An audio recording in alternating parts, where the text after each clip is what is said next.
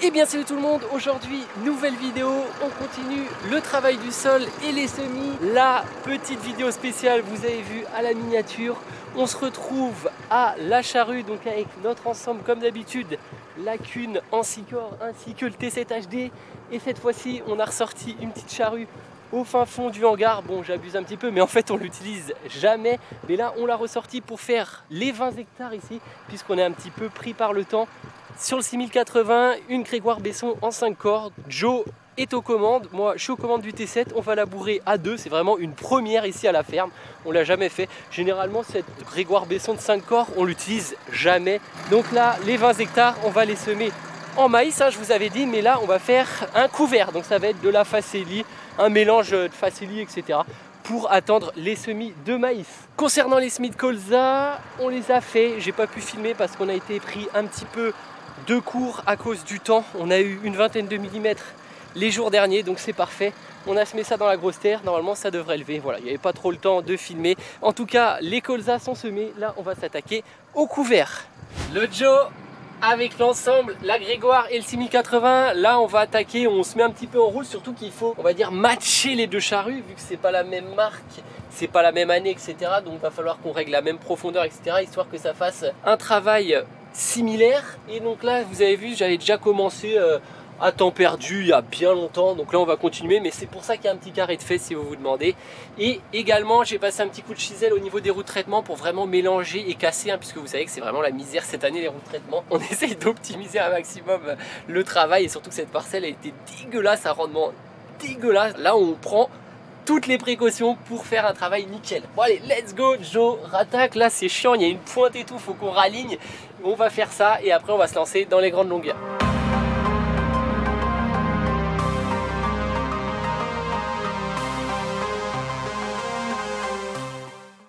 Comme vous avez vu, j'ai tracé ma petite ligne au GPS bien droite, et comme ça Joe il fait sa petite pointe et après on pourra faire les grandes longueurs. Ah, c'est vrai que c'est tout un art la charrue, surtout par chez nous où les parcelles c'est vraiment du n'importe quoi, il y a des pointes partout. On va se rapprocher du 6080 et de la Grégoire Besson, du petit ensemble, un nouvel ensemble en fait. Enfin, on l'a jamais vraiment fait, donc c'est toujours sympa de voir ça à l'œuvre. Pour l'anecdote, en fait c'est une charrue il y a quelques années, elle était vraiment bradée, donc on l'avait acheté.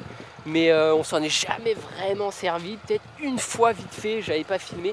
Mais là c'est l'occasion, on va être à deux charrues, ça va être sympa. Carrément on sort les grands moyens. Non mais en fait c'est parce qu'on veut semer fin de semaine, donc on se dépêche, on essaye de maximiser le temps, et surtout vu qu'on a le matériel, autant en profiter. On a les chauffeurs aussi. Le 6080 qui fait un beau bruit, et la petite Grégoire Besson en 5 corps. Il a pas l'air de peiner le tracteur, hein. Bon, il n'y a pas d'écran donc on peut pas voir, mais en tout cas au bruit ça y va nickel, hein. T'es à combien en vitesse? Je sais même pas. Parce qu'il a pas l'air de peiner, hein. Bon, ici c'est du limon aussi, mais... Ouais, bah oui, là c'est de la pierre facile, ça va être après. Ok, bah je te laisse faire le petit carré, non? Comme ça on se fait pas chier.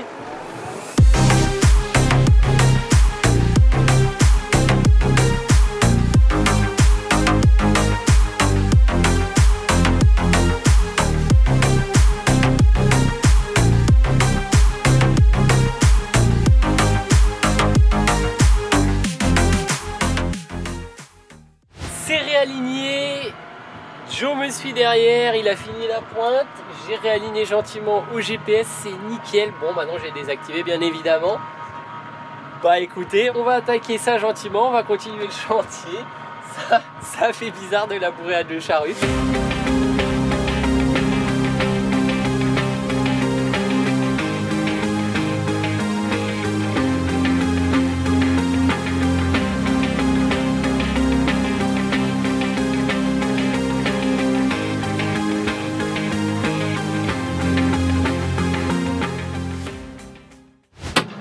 Vous avez vu, j'ai des soucis avec ma roue de terrage, et en fait c'est qu'elle manque un petit peu de graisse. En fait il n'y a pas de graisseur, mais vous voyez elle est un peu rigide, celle-ci, ouais voilà, c'est là. Il n'y a pas de graisseur, mais bon, je vais aller chercher du WD vu qu'on est à côté de la ferme. J'en avais pas dans le tracteur, mais c'est mort. J'ai essayé de faire quelques coups sans mettre de WD, mais là c'est mort, ça bloque tout le temps. Donc on va chercher ça. Ça marche bien. Franchement, celui qui a inventé ça, c'est incroyable. Alors, je vais en profiter pour tout graisser. Celui-là, ça va. C'est vraiment celui-là. Va falloir que... Et en fait, vous voyez, il reste bloqué. Donc la roue ne peut pas descendre. On va en profiter pour graisser un peu tous les axes. Ça n'avait pas de mal, un petit coup de WD. Bon, certes, ça coûte un peu cher. Mais bon, des fois, mieux vaut une bouteille qu'une pièce. Bon, je vais retourner la charrue. On va voir ce que ça donne. Alors, verdict. Allez, c'est bon. Un petit coup de lubrifiant et c'est reparti. Bon, j'espère que ça va tenir.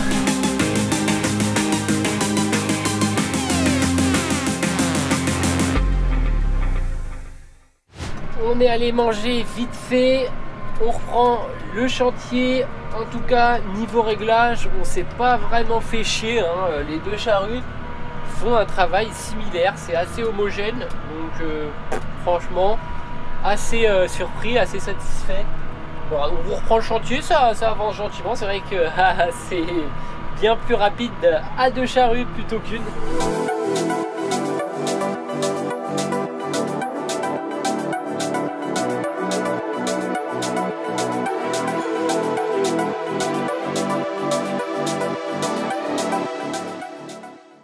On commence à voir le bout du champ, on commence à rattraper le trèfle qu'on a semé dans la dernière vidéo.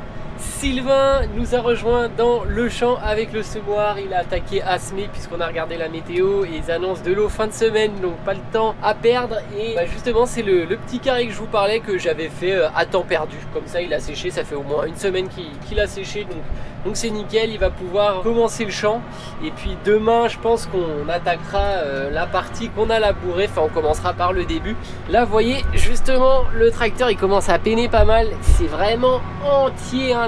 Ici là dans la cuvette, c'est vraiment argileux ou quoi. Il faut impérativement que ça sèche parce que là on peut pas semer là-dedans et faut voir mettre un coup de rotative à vide comme on a fait justement pour le trèfle. Parce qu'à mon avis le rouleau Cambridge, je suis pas sûr qu'il suffise.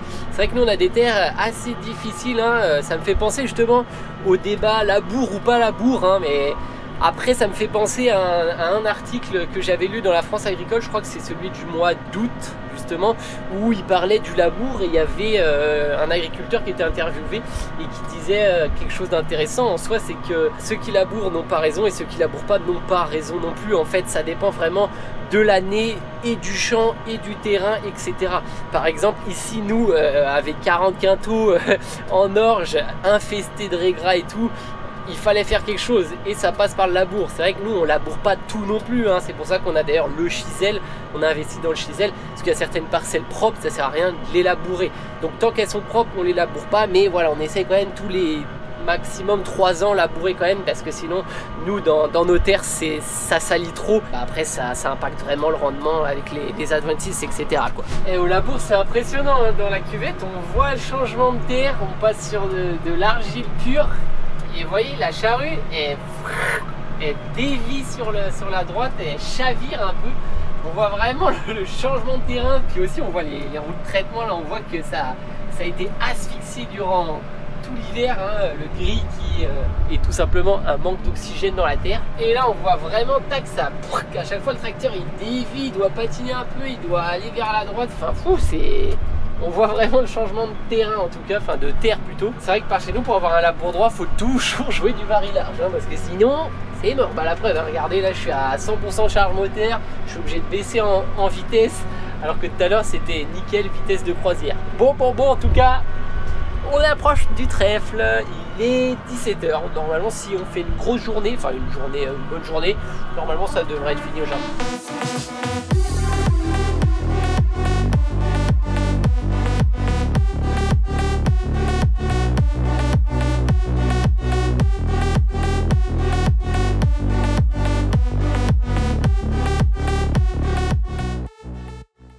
18h30, fin de chantier. Au final, il n'aura pas fallu non plus une grosse journée. Je croyais qu'on finirait un petit peu plus tard. Mais c'est déjà fini, bah, c'est cool. Bon, après on n'a pas fait les tours, hein, bien évidemment. On les fait à la fin pour éviter le tassement de terrain lorsque le semoir tourne. On est arrivé au trèfle clairement. D'ailleurs on peut faire un petit topo sur le trèfle qu'on a semé durant la dernière vidéo. Il est clairement en train de levée. Par contre, ce qu'on peut voir, c'est qu'il y a pas mal de repousses aussi, de régras qui repoussent. Bon, après, normalement, le trèfle, ça va. Il y a même du sarrasin, puisque l'année dernière, on avait fait du sarrasin. Bon, après, le trèfle, ça va nettoyer tout ça. Le chantier, c'est bien goupillé. Rien, pas de casse. Niveau usure, pareil. Hein. D'ailleurs, je vous rappelle, hein, les petites pointes qui ont été fournies par Kuhn. On va comparer un petit peu, là. Putain, il y a le soleil en pleine face, là. Ouais, on voit, hein, toujours cette petite courbure, mais bon, c'est pas très usurier. Hein. Et là, bah, c'est pareil, la petite pointe... Duracarb avec la double plaquette qui fait son travail. Mais non, niveau usure, on n'est pas trop mal. Il y a peut-être les contre-ceps qui vont commencer à... Non, ça va. Ça va encore. Bon, bah écoutez, voilà. Point usure, nickel. On est le lendemain directement dans le 7724 avec le semoir. J'ai repris le relais à semer. Hier Sylvain a fini le petit carré et puis bah là de bon matin il était à la fraîche, il a fait quelques passages. Je suis parti le remplacer pour tourner un petit peu, hein. Comme je dis à chaque fois, nous l'avantage c'est que comme il y a un petit peu de monde, on peut se relayer, ce qui permet, on va dire, que ce soit plus agréable. En tout cas, bah écoutez, là le labour a séché un petit peu durant la nuit. Mais le problème là, pourquoi on charbonne à ce point là, c'est parce que ils annoncent de l'eau dès demain. En fait on est mercredi, ils annoncent de l'eau jeudi, donc et ils annoncent pas un peu, ils annoncent vraiment beaucoup. Et vu qu'on a labouré d'avance, si on laisse ça sans semer avec 30 mm sur la tronche, le labour là, on va pas y mettre les pieds pendant longtemps. Donc il faut vraiment qu'on finisse la parcelle aujourd'hui. Là il doit rester une dizaine d'hectares, voilà, jusqu'au trèfle. Normalement ça va le faire, hein. Je m'inquiète pas trop, ça va le faire pour aujourd'hui, mais il va pas falloir être à la cool. Bon bah écoutez, on reprend à fond, hein. Comme je disais, on met un couvert, un semis de couvert, donc on fait de la facélie, sinon ça avance gentiment. Le labour est quand même propre, hein. Bon, au final, pas eu le temps de mettre de coups de rouleau comme je disais hier, ou pas eu le temps de mettre des coups de rotative à vide, mais voilà, pour un couvert, on va pas se plaindre, hein. C'est pas non plus du colza ou quoi.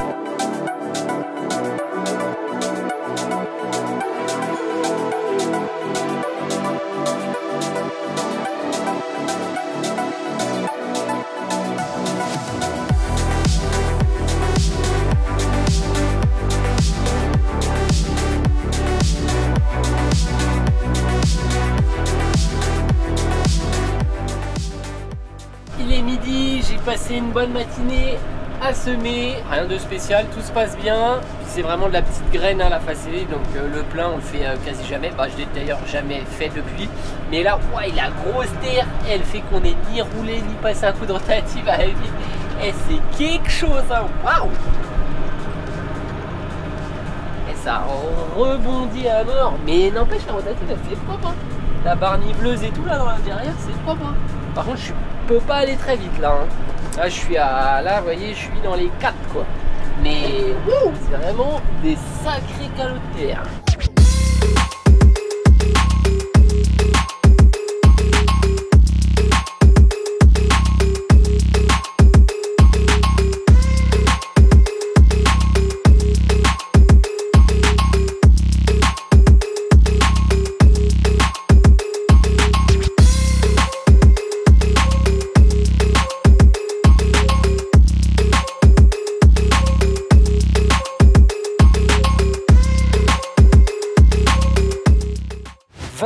Les semis sont terminés, comme vous avez vu sur les rushs. On a fait les fourrières à la fin. D'ailleurs on voit vraiment la différence de couleur, hein, entre la terre qui a séché et celle qui est encore humide. Au niveau du mélange, petite précision, je vous ai pas dit en fait tout simplement, mais dans le semoir il y a 2 trémies et dans une il y avait la facélie et dans l'autre il y avait de la févrole. Voilà, donc c'est un petit mélange, hein, je vous parlais de mélange, mais voilà, plus de précision dessus. En tout cas c'est fait, c'est fini, on a réussi de tout semer avant la pluie. Normalement cette nuit il pleut, enfin demain c'est mort, mais en tout cas mission réussie. On se retrouve quelques jours plus tard, notre facélie a bien levé, le couvert est donc nickel. Maintenant, on va continuer dans nos labours, on prépare les sols pour les semis de céréales, tout ce qui va être blé et orge. Donc toujours avec la charrue, les charrues même, hein. C'est vrai que cette année, on est à 2 charrues, ça fait toujours plaisir. Sauf que cette fois-ci, je vais prendre le 6080 avec la Grégoire Besson, comme ça, et ben, ça va vous permettre de voir un petit peu les différences. C'est vrai qu'en vidéo, j'ai jamais utilisé cet ensemble, enfin, en même temps, c'est la première année qu'on l'utilise. Mais donc, Joe va être avec le T7 et la Q Nancy Core, et moi, je vais prendre le 6080 avec la Grégoire Besson. Donc, en termes de différence, eh bien, on a un corps de moins, bien évidemment, mais sinon, tout est pareil, hein. On a une roue de terrage, on a également un varilage. Donc c'est plutôt cool. Ah si, il y a quand même une différence, c'est le 3 points qui n'est pas hydraulique. Donc ça c'est un peu chiant parce qu'on est obligé de descendre pour le régler. Et puis surtout vu que nous on a beaucoup de changements de terre dans les mêmes parcelles au sein de la parcelle, c'est-à-dire qu'on peut passer du limon à de l'argile. C'est vrai que des fois c'est appréciable de pouvoir jouer avec le 3e point hydraulique pour que la charrue travaille de manière plus adaptée. Pour ceux qui se demandent, de base, il fait 160 chevaux, mais il a été reboosté. C'est vrai que, comme je dis à chaque fois dans mes vidéos, le 6080, ça a été une série, mais vraiment au top chez New Holland. C'est vraiment un tracteur impeccable. Bon allez, on met ça en route et je vais rejoindre Joe dans le champ. Je mettais ma main à droite parce que dans le T7, c'est dans le fond maintenant. Allez, c'est parti. En tout cas, ça va bien ronronner. On a mis une petite masse devant. Ça y va nickel, quoi. Faut pas plus, pas moins. Même à l'avant, il a tendance des fois à frôler un peu le sol. Enfin, voilà. Franchement, l'ensemble, il est au millimètre. Alors là, ils sont en train de refaire les fils téléphoniques. Oups, oups, oups. Est-ce que ça va passer avec la charrue? Là, ils viennent de s'installer. Je sais pas trop ce qu'ils refont d'ailleurs. Attends. C'est même pas les fils, ça se trouve.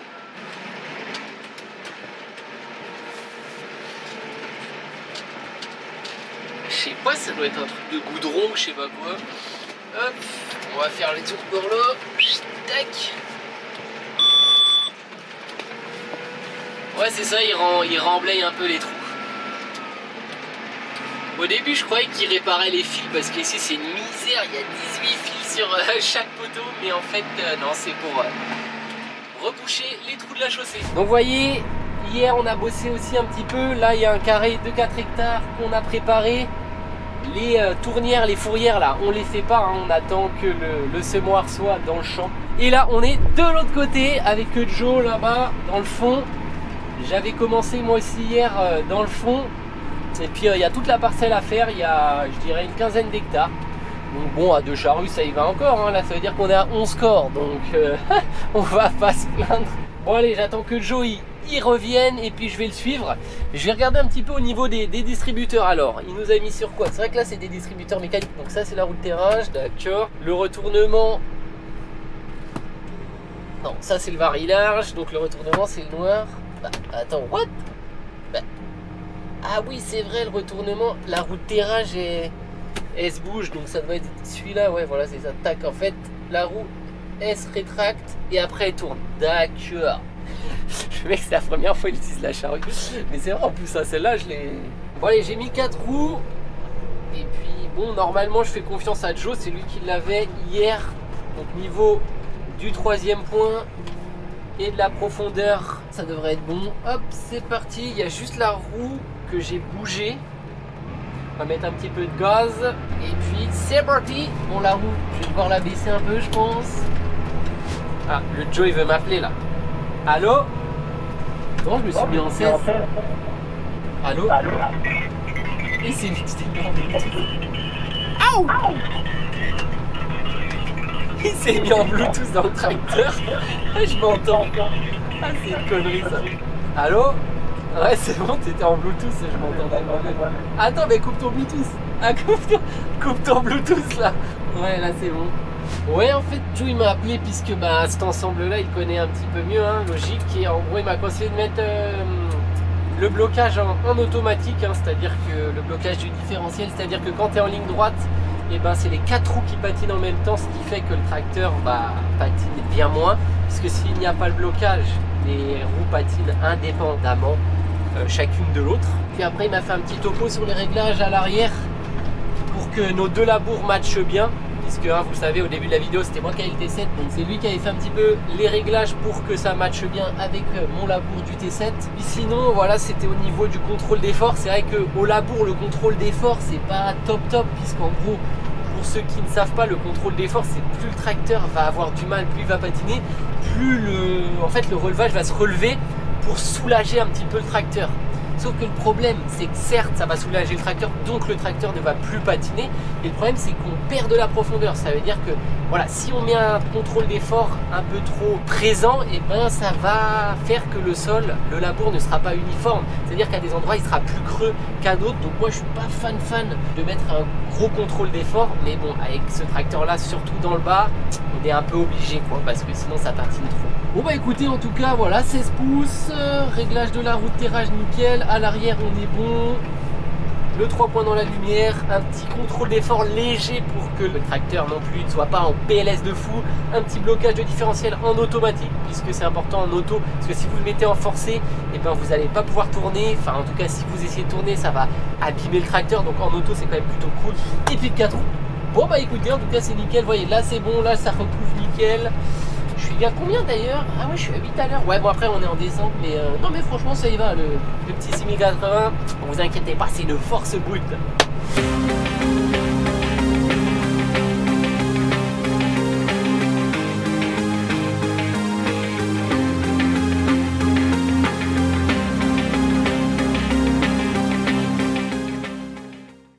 On s'est arrêté manger, on reprend le chantier. Les deux tracteurs sont arrivés sur la piste de lavage parce qu'on s'est dit qu'on allait graisser surtout la Grégoire. Ça fait un moment qu'on ne l'a pas graissé. Là, on entend, elle grince un peu. Bon, Jules, ça va? Ouais. Il y a beaucoup de graisseurs. Ouais, sur la Grégoire, il y a beaucoup de graisseurs. C'est quasi la première fois qu'on graisse. Bon, alors tu préfères quel ensemble? Je sais pas, les deux sont bien.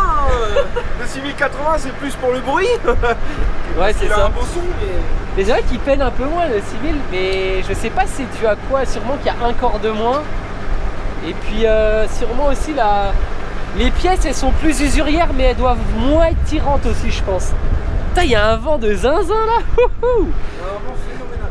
Ouais, bon allez, on va graisser tout ça, puis on va retourner sur le chantier pour finir ça. On va essayer de finir aujourd'hui.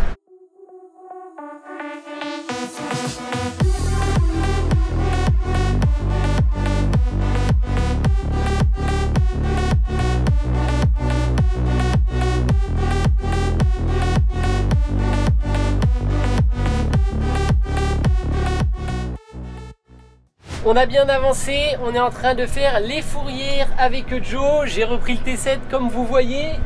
Et là j'ai une petite astuce que je viens de penser, hein. Dites-moi si vous la faites. Mais là vous voyez, pour faire les fourrières, et ben là je commence donc côté champ. Donc j'ai pas de repère, je suis un peu perdu. Et j'ai eu pour idée en fait de reprendre une ligne de GPS, puisque vous savez que moi j'ai toutes les lignes. Donc en fait j'ai pris ma ligne du tour de champ de ce côté là, donc la ligne courbe là en fait qui reprend la fin du champ là, et en fait je me suis mis là, j'ai fait recentrer ma ligne et j'ai mis le guidage, donc là je touche plus le volant, et ce qui est bien c'est que c'est en train de créer ma ligne derrière propre, vraiment nickel, comme ça il n'y a plus de souci de se repérer un peu dans le champ, surtout que là c'est vraiment des zigzags, donc quand on fait au jugé c'est un peu complexe, et je trouve ça plutôt cool parce que ça marche vraiment nickel quoi, c'est à dire que là le tracteur suit vraiment la fin du champ quoi, puisqu'en fait c'est ma ligne de fourrière, donc je trouve ça plutôt cool. Et regardez, ça fait propre, et puis là Joe qui me suit juste derrière, donc ça c'est une petite astuce en plus par rapport au GPS. On l'utilise pas beaucoup au labour, mais de temps en temps je m'en sers justement pour redresser, pour ce genre de petite astuce quoi. Dites-moi si vous trouvez ça bien et si vous le faisiez déjà. Bon bah allez, on finit les petites fourrières et puis ça va être bien. En tout cas on aura bien charbonné. Là il est à peine 17 h, donc ça tourne bien. C'est vrai qu'à de charrue ça y va.